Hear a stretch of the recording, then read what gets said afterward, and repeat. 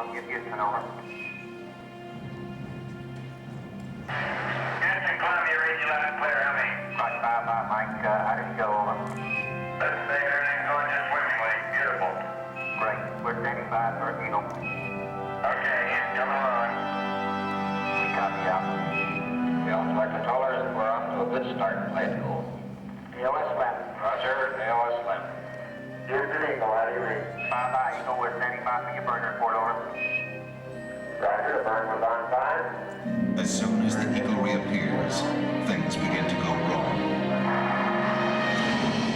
Flight controllers, we lost data storage. We lost all data with Eagle.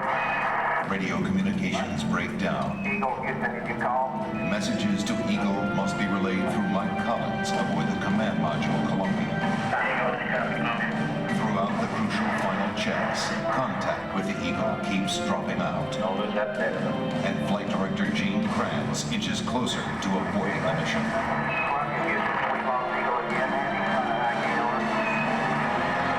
Okay, we got data back. Radar flight looks good.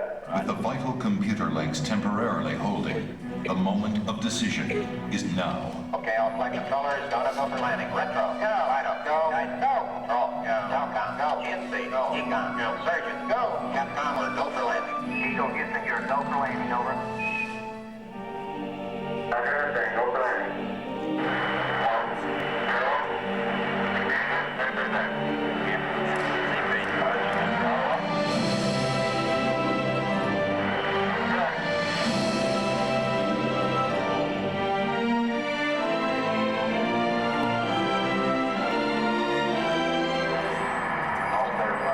Hurtling toward the moon at 3,800 miles per hour, Neil Armstrong notices his checkpoints are all appearing too soon.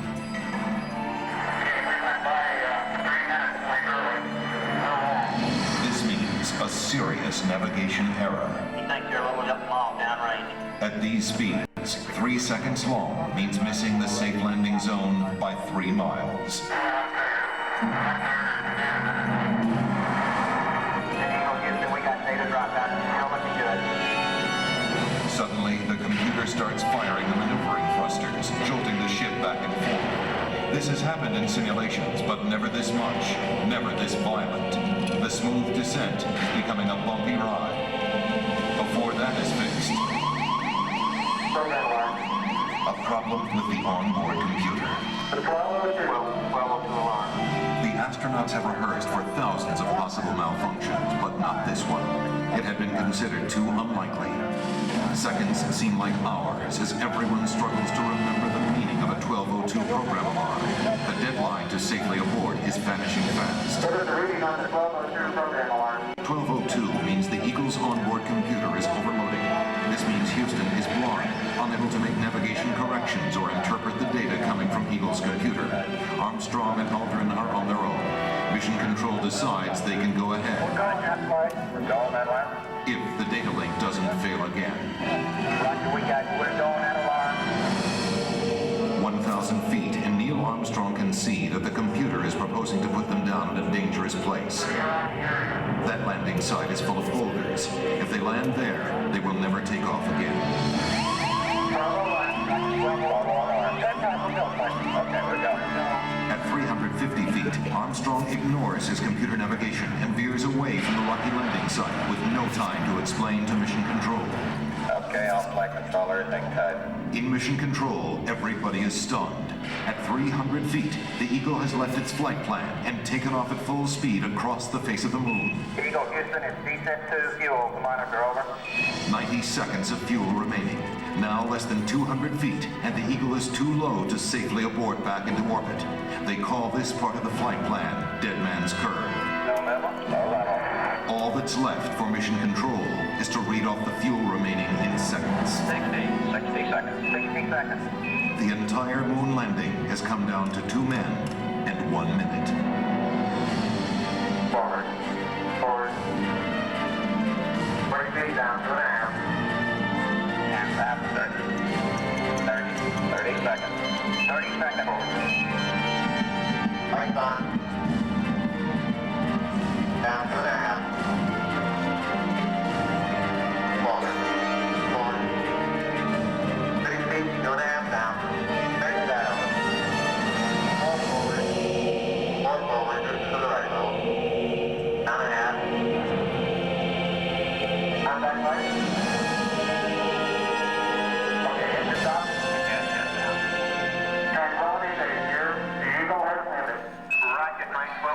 copy you on the ground. You got a bunch of guys about to turn blue. We're breathing again. Thanks a lot.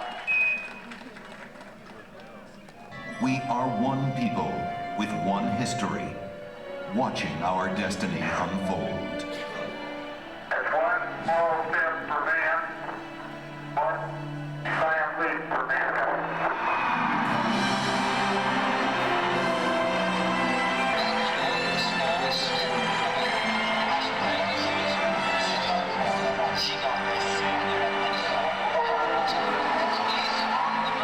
It was a moment shared by an entire world.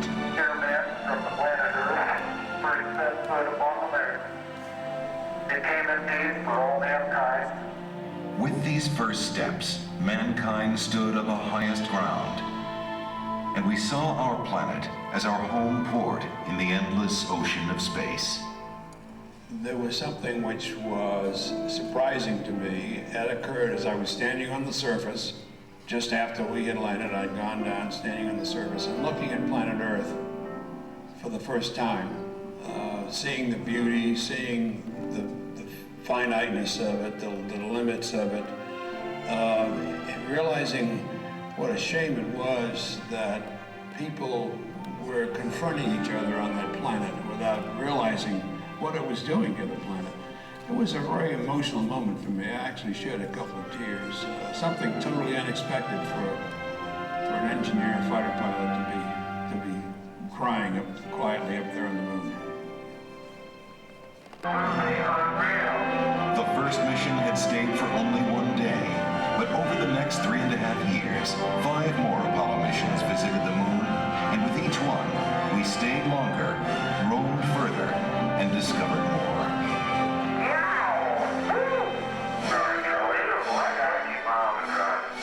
I never thought when I was a kid building rockets, in high school, that we would go to the moon, before the end of the century. I mean, I thought that was something that was way in the future, fantasy.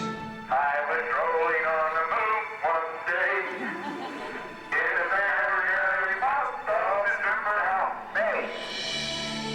Look at the size of that rock. That is the best example we got. Just don't stub your toe.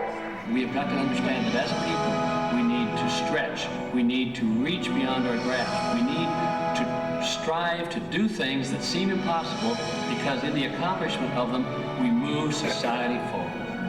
Boy, isn't the beauty of this place is just absolutely incredible. One of the astronauts has said those hills that we climbed give our children and grandchildren a different perspective, that they see the mountains that we couldn't see. And so what we consider impossible.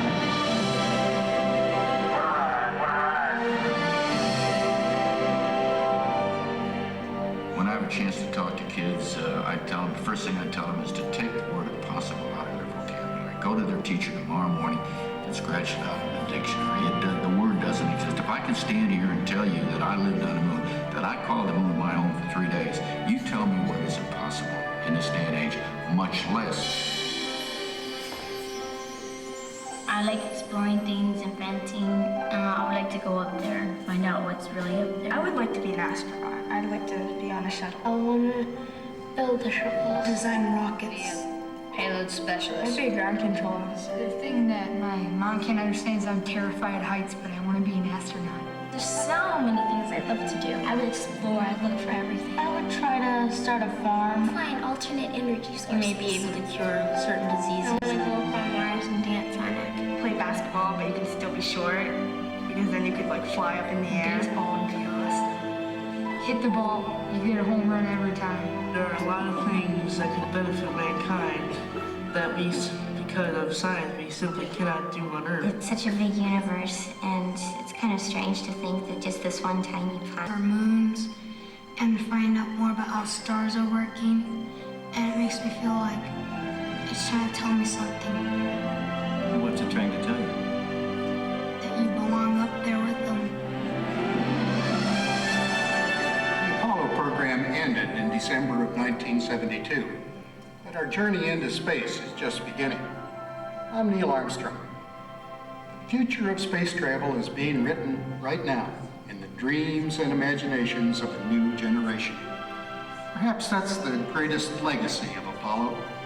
It shows our children and grandchildren that with courage, imagination, and the will to explore, no dream is impossible.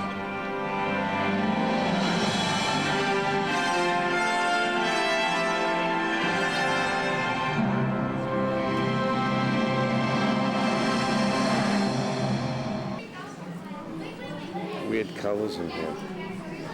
Everything's illuminated or something.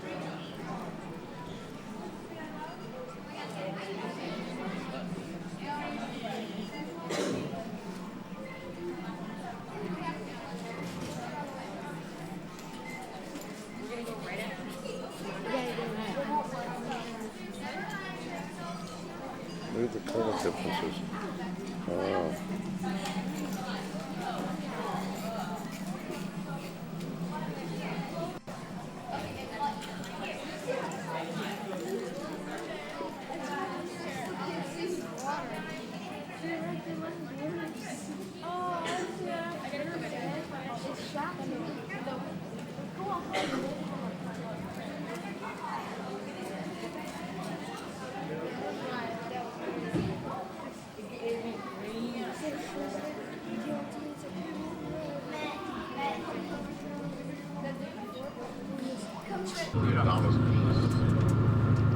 They're 114 feet wide, 131 feet long. And so you see those four spots there nearest us, that's where one set of treads was located on one side of the vehicle, and over on the other side, you'll see another set of tread marks made left by the crawler transporter after being parked there for so long. Ahead of us on the right side of the roadway, you see the two rows of steel gray pedestals. They have black numbers on them, 1, 2, 3 in one row, and 4, 5, and 6 in the other row. And this is a parking area for a mobile impound, and it is placed on top of these pedestals by the crawler transporter. Over here on the left side, this building is used to receive the yellow rail cars like the one ahead of us there. And they are used to bring in those solid fuel segments from Utah. They come all the way across the United States in these yellow cars. 147. And on the right side of that structure, the white vehicle there is the medical facility. And in pounds, unloaded, and has a surface area about the size of a baseball diamond. 2 large diesel engines, which power electrical motors, turn its treads. Operating a vehicle of that size takes a highly trained crew of about 20 engineers and technicians. We know we just support the crawler's tremendous weight. The crawlerway has 4 layers of river rock, crushed stone, and compact fill, going down more than 7 feet deep. It really is quite a remarkable sight to see a crawler making its way down the crawlway at the stately pace of 1 mile an hour. With amazing close-up pictures of Mars. Well, those pictures were brought to you by the Viking missions, which NASA launched in The shuttle Discovery lifted off from the same launch pad. Almost 400 modifications had been made to the shuttle vehicle from you at this time at launch pad B. When the shuttle is on the launch pad, that structure swings 120 degrees around to this side, and then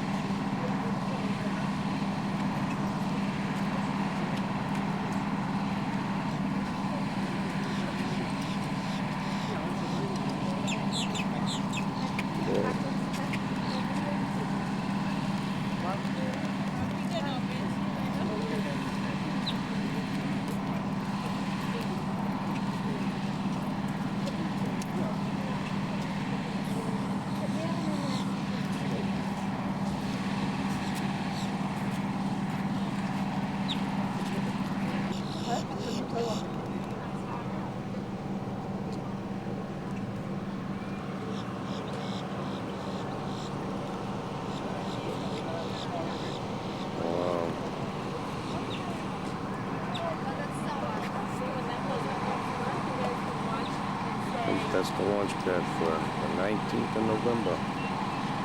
Columbia's in there now, but you can't see it because they say it's covered.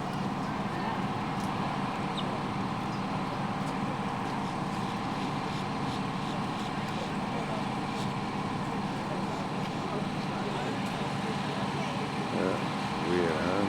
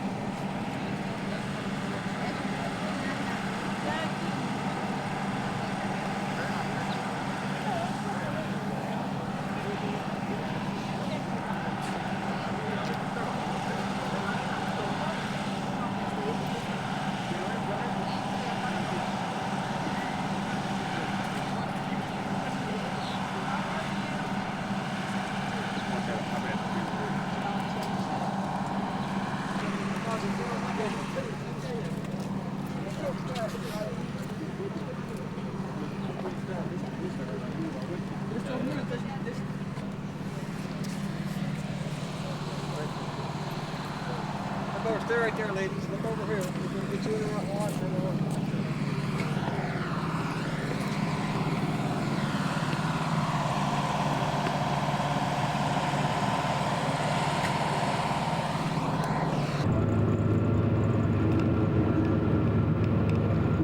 The flame trench is 42 feet deep, 58 feet wide, 450 feet long. And the flames and exhaust gases will pass through the openings in the deck of the launcher down into that pit, split in half by the flame deflector, some of it coming out this end of it, the other part of it going out up the slope on the other end of it, south end. And as the vehicle lifts off the launch pad, the flame retracts into the flame trench, up through the openings in the launcher, and then skyward behind the vehicle. So again, flame is not spreading out all over the area, destroying animal and plant life. About the first of the month is when they launch the vehicle from this launch pad to your right. And in January, we'll be launching from there again. So they alternate the use of these launch pads. Way off to the right side, you see the green and white tank over there, and here on the right, there's the red and white tank. That's the fuel. And over on the other side is the oxygen, and those tanks are in no danger at launch time. They're quite some distance away from the avenue flame that comes out of that pad over on the Cape side, and from there they launched a Titan type of rocket, and that vehicle stands at a height of more than 200 feet, generates more than 2.5 million pounds of thrust when ignited. Further, well down on the south end near the city of Port Canaveral is where the launch site number 7 Carpenter, Walter Chiron going through when they became the first Americans to orbit the Earth.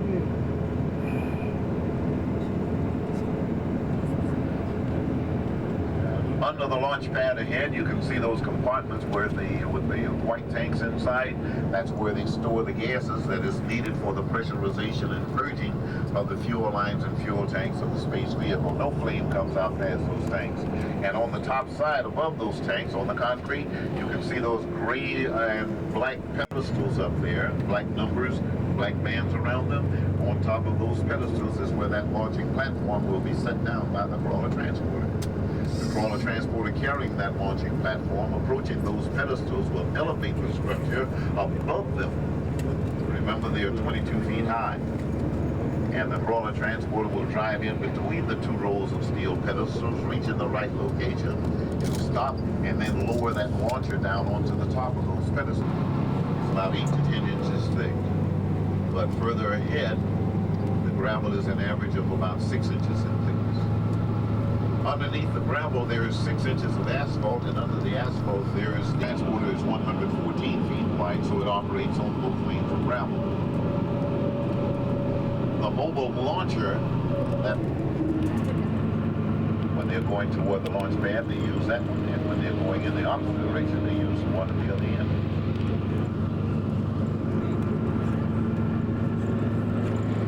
Now, if you're looking at your film, what movie it is, never to your left. And the grandstand is where some writers are located, and above the to the right of the grandstand, that's where broadcasters are located, radio and television broadcasters are located. 10 feet long, and each one of the stars on the flag is about 6 feet across from point to point. And they needed the 6,000 gallons of materials to repair the building and get that design on the building. That's amazing. It doesn't look like it. It doesn't look like it. Chemicals cleaning all tree, and up there in the branches of that tree is where that nest is located. The same pair of birds has been using that nest for the past 26 years.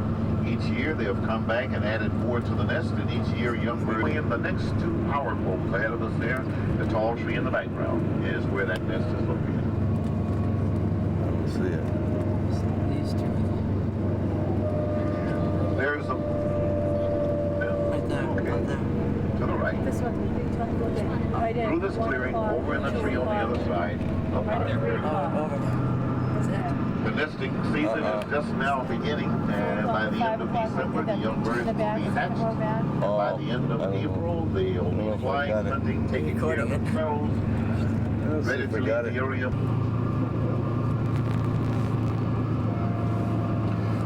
Looking ahead of the bus, looking way ahead of the bus, there's a fire tower just to the right of the roadway. And there's a large bird on top of that. The ones in medicine. Yeah, my best friend's dad recently had a rechargeable pacemaker put in, and he was very surprised to hear that this state-of-the-art device was a spin-off from a communication system developed by NASA. The bald eagle is very recognizable. He's a round body, white head, white-tailed feathers, and also white wingtips. And if those birds up there has that mark, and they are eagles. If not, they are buzzards. Up high to your right.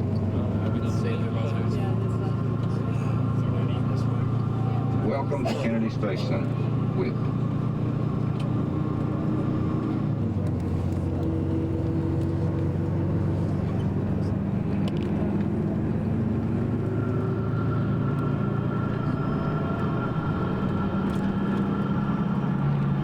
I'll probably see an elevator. I was saying that's right.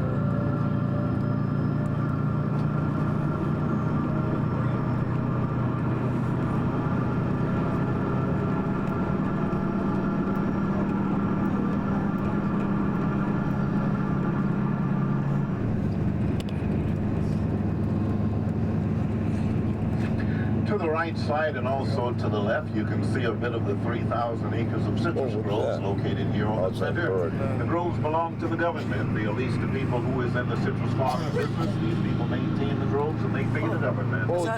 Wild pig, yeah. And there's about 3,000 groves. Yeah, you see, I got him on film. Those of you who might be teachers in the educational system back home and you would like to have space-related materials for classroom work, we invite you to go to that building ahead of us on the left side, beyond the flags. The building out there is our educational center, and that's where you may receive materials for classroom. Yeah, I don't know, I think so. The dome building to and also the television monitors are there that shows activities taking place out there on the launch pad, inside the hangars, and also inside the VAB. And the space shuttle to your right side is the Explorer. It is 1-to-1 scale. Go up the ramp, you'll come into an area where you can look right into the crew compartment and also I think they said it was down today. Now, those of you who have tickets for films, you want to go to that tall building that is directly ahead of us, the Galaxy Center, and in there is where they are showing the film The Dream is Alive, Destiny in Space, and also L5.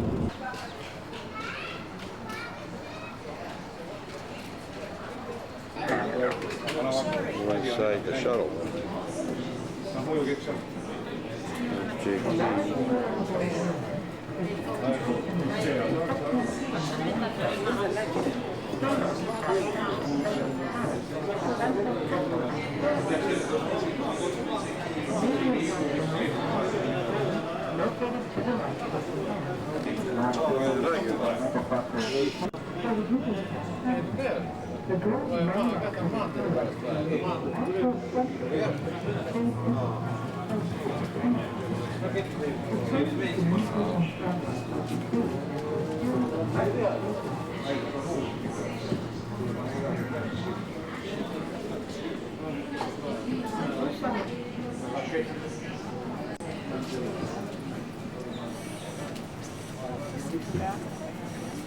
That's the toilet.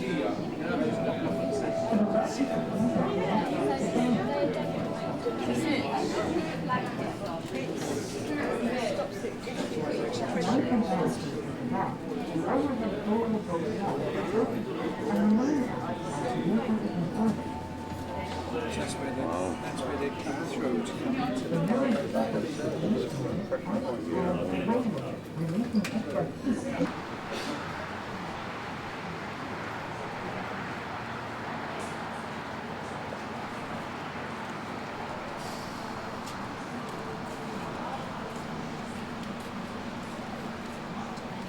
Cat.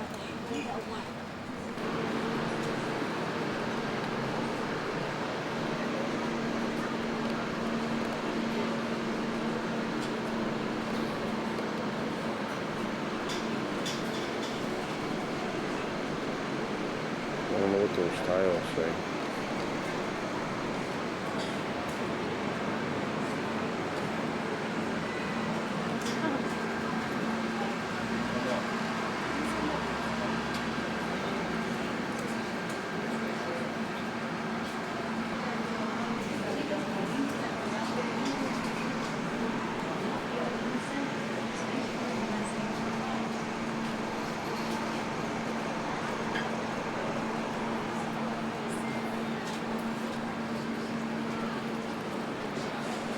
Big.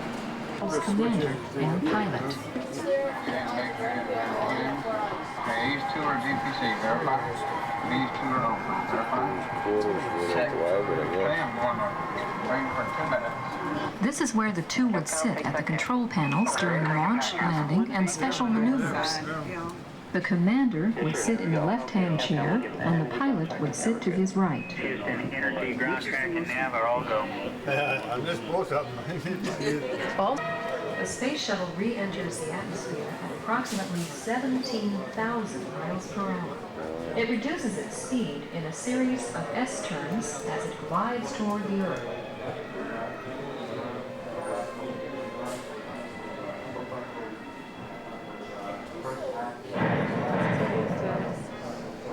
Good satellite. Set up by a work.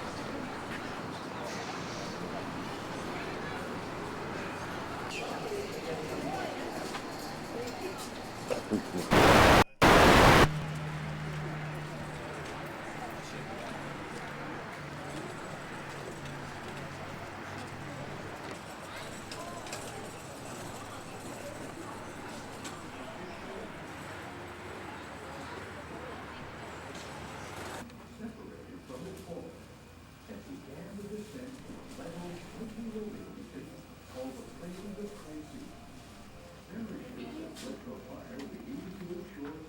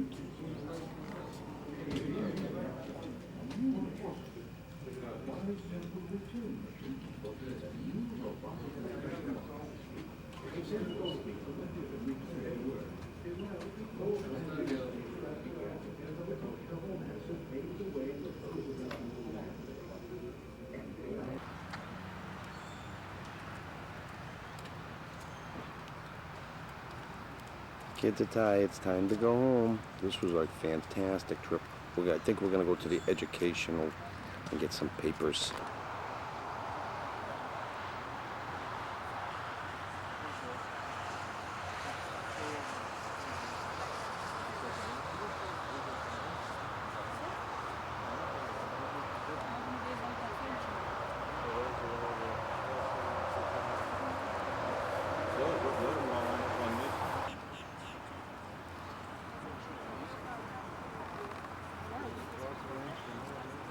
Yeah, but as much as we've been playing in space, It's not very many, really. I'd say everything is experimental.